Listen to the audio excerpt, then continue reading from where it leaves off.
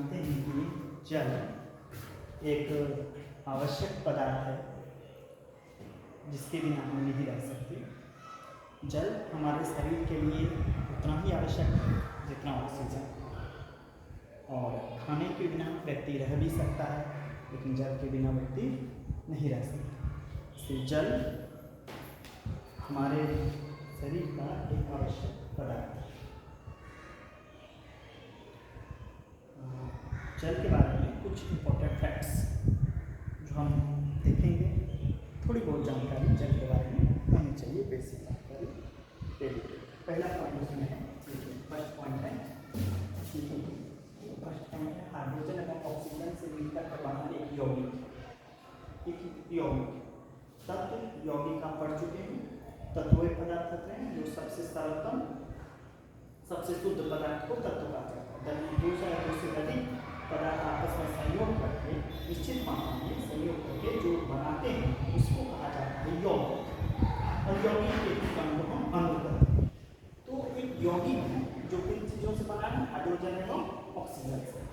इसका संकेत क्या होता है? H2O, दो हाइड्रोजन और एक ऑक्सीजन, H2O।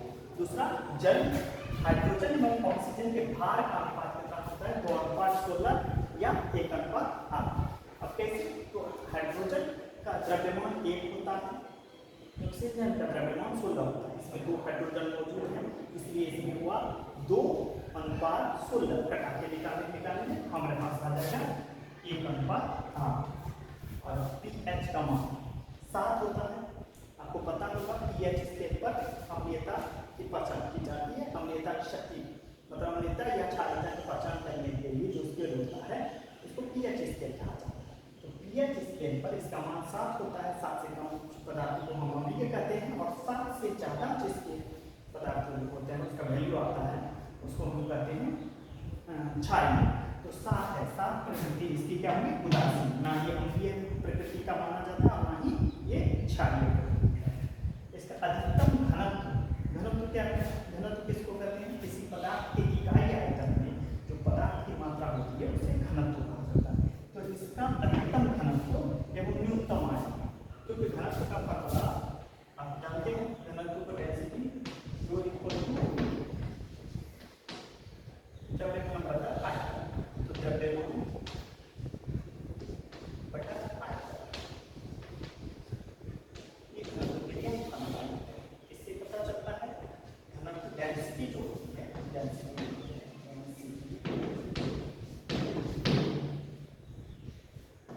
द्रव्यमान बटे आयतन।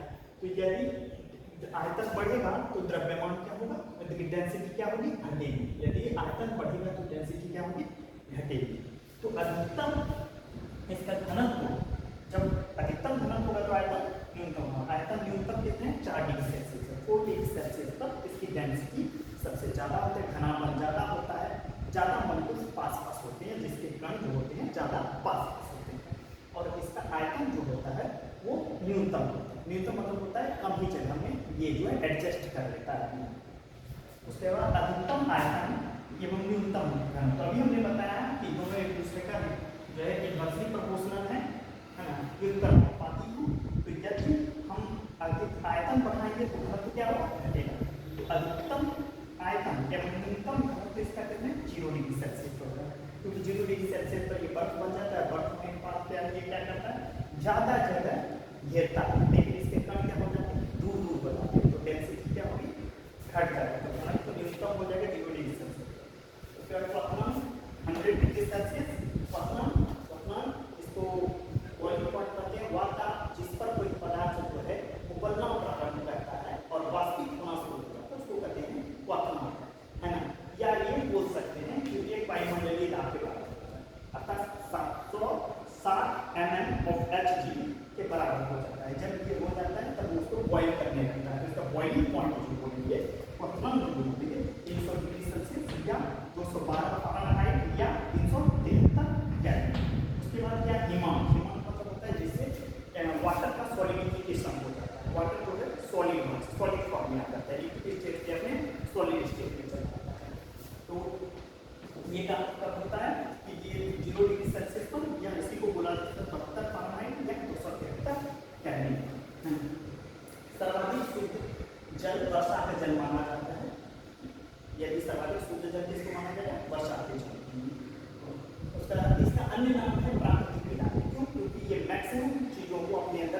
मिला बुला देता है। तो इसलिए नेचुरल सॉल्यूशन नेचुरल सॉल्वेंट के रूप में काम करता है, जो कि कई प्रकार के सॉल्वेंट बनाने में है ना। नेचुरल सॉल्वेंट का काम करता है, प्राकृतिक विलायक का काम करता है, कई प्रकार के सॉल्वेंट को डिसॉल्व करता है, नमक को बुला देता है, चीनी को बुला देता है, इसको कहा जाता है प्राकृतिक विलायक। और इसमें जो घुलनशील विटामिन है वो घुलनशील विटामिन है बी समूह, B1, B2, B12, ये सब जो विटामिन होते हैं ये सब इसमें हो जाते हैं। और इसमें दो चीज बी एंड सी इसमें डिसॉल्व होते हैं, बाकी के विटामिन जो है A, D, E के वो डिसॉल्व नहीं होते। ये सारी चीजें अब अन्य जानकारी इसमें देते हैं, थोड़ा सा देख लीजिए आप एक बार।